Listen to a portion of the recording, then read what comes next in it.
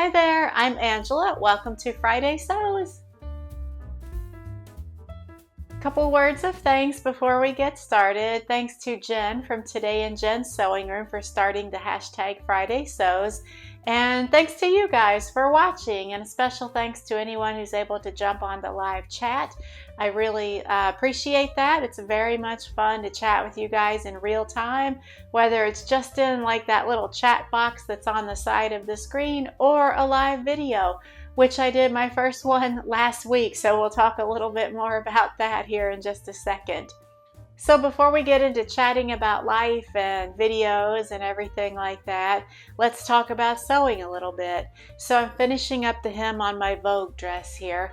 And one really fun thing that I've gotten to do was to use that hem marking guide on my dress form. So I just have had my dress form since Christmas. It was a gift from my husband, and I've used it a little bit like as more than just a clothes hanger. I've used it a lot for this dress, just to hang the dress on and do a little bit of a fitting, and it's nice to pin and everything while the dress is hanging on the dress form. But I had no idea how to use that hem gauge or hem marking tool. I'll put a little picture of that in case you guys don't know what I'm talking about. So I thought it would be pretty simple, and I just used my best guess on how to use it, and it wasn't right. So of course, what should I have done? Turn to YouTube. So once I searched on YouTube on how to use a dress form hem marking tool or hem guide, I can't remember exactly what I typed in. Of course, I found a bunch of videos that were really helpful, but I'll put a link down below to the one that I found to be most helpful. And if you haven't used that tool before, it's not difficult at all. I just needed like a little visual to show me like exactly how to place the fabric on it. And I was doing it like the hard way, I think. So this video that I watched was really, really helpful. So if that's something that you're interested in, take a look at that. Maybe it'll be helpful for you too. And that's about it in sewing. So I'm going to finish that up this weekend. I can't even drag my feet anymore. Could someone drag their feet any longer on a project than I have on this one? Probably not.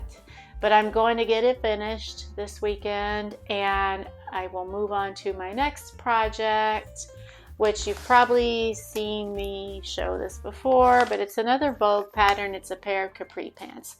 So I'll be looking forward to starting on that. And I don't think that one will be as draining like mentally as this one has been for me. Yeah, so that's all the sewing. So as far as life, it's been kind of a busy week since I chatted with you guys live last weekend. That same evening that I did the live video last Saturday, I went to my cousin's daughter's wedding. So I guess that makes her my second cousin. I'm not sure how all that works. Anyway, she's 26, so young, and she got married, and we drove about an hour and a half, my husband and I, to go to her wedding. It was beautiful. She looked stunning. She looked so beautiful, and I could only imagine how fun it was for her to pick out her dress. It was totally gorgeous. And we got to see a lot of my relatives that had come in from other parts of the country. And it did give me an opportunity to wear a me-made. So I wore a dress that I finished, I think last December or January, about 6 or 7 months ago. It's a butterick pattern, 3306. I did do a review on that pattern. I'll put a picture of the dress up here, and I'll also put a link to that video in case you're interested in seeing that. The pattern was really an old pattern. I think it was from the 90s maybe, but I have made this dress before, and I knew how good the pattern was, how good the dress came out. So I was very happy to make it a second time, and I had wanted to make that dress regardless of having any like special events to wear it to coming up. So it was kind of fortuitous that I was able to wear it to this wedding. So that was kind of fun to get to do that. So I did want to say thank you to everyone who joined in my live video last weekend. I really appreciated it. I was a little bit nervous to do a live video. It was pretty unplanned and I wasn't like sure how it would go. It was kind of a little bit nervous. So I appreciate all of you guys who watched it. You guys made it feel pretty easy and friendly, relaxed. So I appreciate that. Thank you so much. And also I appreciate all the serger recommendations. I am in the process of researching sergers and I've never had one before, and saving my money to get one. And I am thankful for all you guys' information. So to me, having all of you share your serger experiences and models and brands that you've used and little things to look out for, to me that says and means a lot more than doing just a random Google search, because I trust you guys and what you recommend. And so thank you for that. I appreciate that. And I think one of the things that I will do for sure is to go visit at least a couple of the local sewing shops, like at least the sewing shop where I bought my most recent machine from.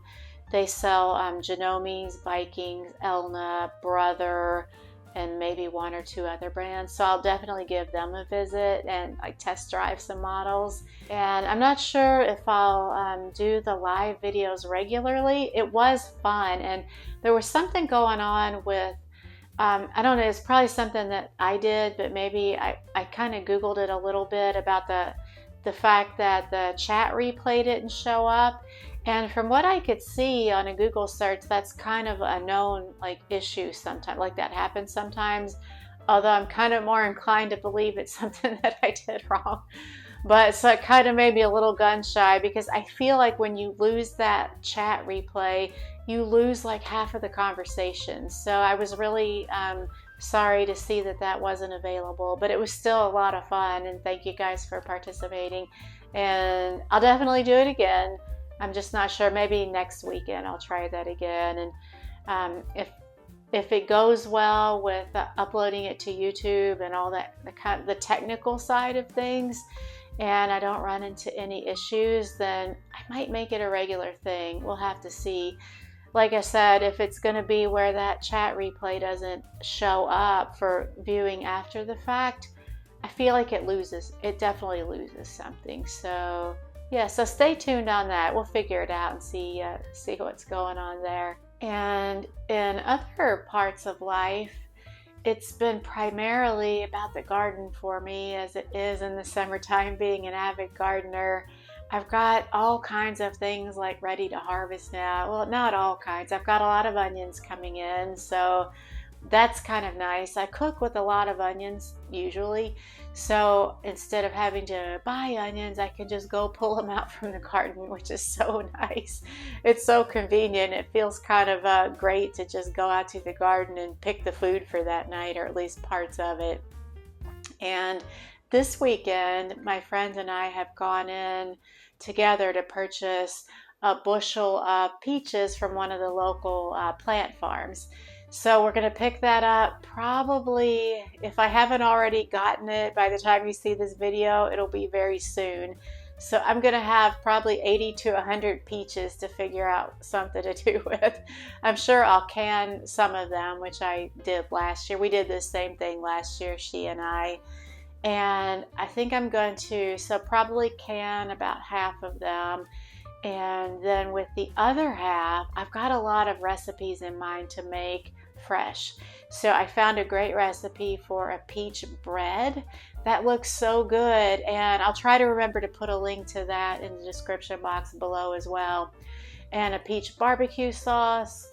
So I found all kinds of good recipes. When we did this same thing last year, like going together on a bushel of peaches, I did can maybe about a third of them, and then with the other half, I made just fresh recipes that we either then like sauces that we froze, or the foods that we ate fresh. And unfortunately, I can't find those recipes that I used. I had gone to our local library, which I do frequent. I love our library. And I had just happened to find a book called Just Peachy or something like that. I'll find that book and put a link below. And it was by like a Southern cook, a Southern United States cook who loves peaches. She might be based out of Georgia. I can't remember. I read a little bit about her bio, but her whole cookbook was using peaches. So I thought, how perfect is that? So I made a bunch of recipes from her book using a lot of the peaches that I had gotten from our local farm. And I can't find those recipes. I think I had like taken a picture of some of the pages so I would have them. And of course, like if you take a picture of anything with your phone these days, it kind of tends to get buried if you don't make an effort to save that picture so you can reference it.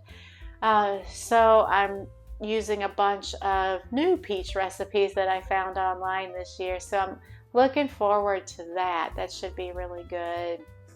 And other than that, there's not been too much going on around here.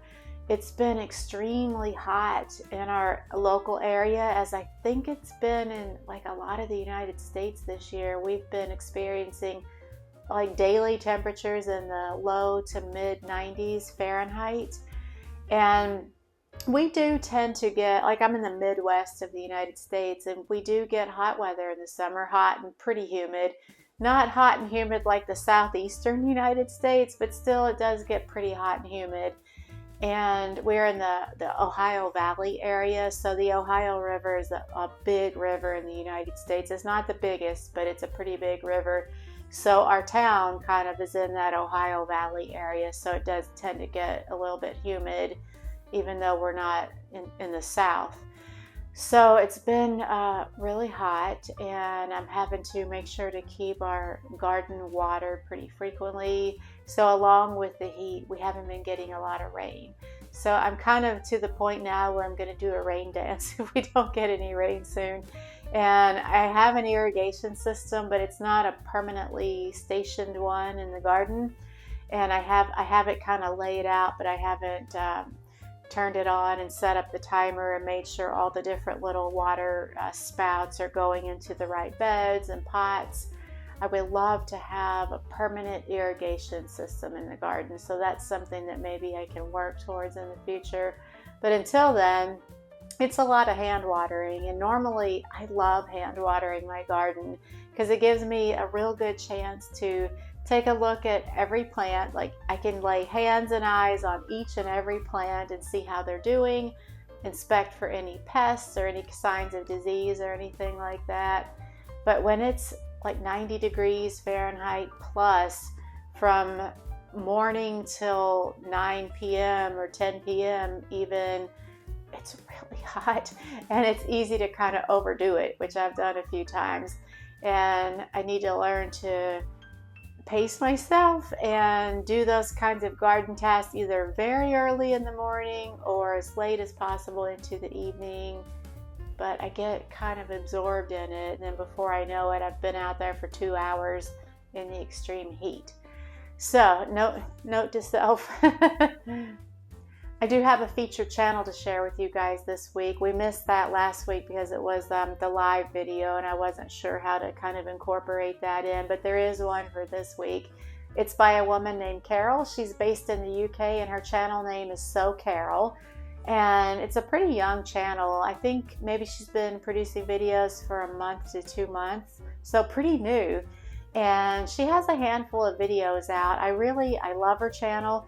A lot of her videos are Friday sews, and I find her to be very relatable. Like if we live closer together, I would love to be like friends, like in real life friends. It would be great. She primarily sews with big 4 patterns, which I can totally relate to because that's typically what I sew with as well. Although I am trying to branch out into more of the indie patterns and PDF patterns. So most of her makes are using big 4 patterns. And what I love, one of her first videos, it might have been her first video, she shared a bunch of her sewing books from her childhood. So it was very charming just to see like the sources that she used as a kid to learn how to sew and the cute little books that like a young one would use. It was so neat. And I did see her recent Friday sews, like the Friday sews from this weekend, show up on my YouTube feed, and I've only started watching it just because I keep getting pulled away by this or that. Where she filmed it from France, where she was on vacation with her husband. So I'm really, really excited to watch that. It's always fun to me when the YouTubers do their videos from other places other than where they normally film, like their houses or whatever. Kind of adds like another layer of fun or like another dimension to the video. So that's pretty cool. So go give her channel a look if you haven't already. And I think that's about it. I thought this one might be kind of a short one because I just didn't have too much to share with you guys. I hope you'll tune in next week when I'm going to be doing a video on my picks, like patterns that I like from the new Big Four collections that have been issued. There's summer collections that have come out. And I hope you're having a great weekend. If you're in the United States, I hope that you have a very happy Independence Day celebration. And I will talk to you guys next week. Thanks so much for watching. Bye.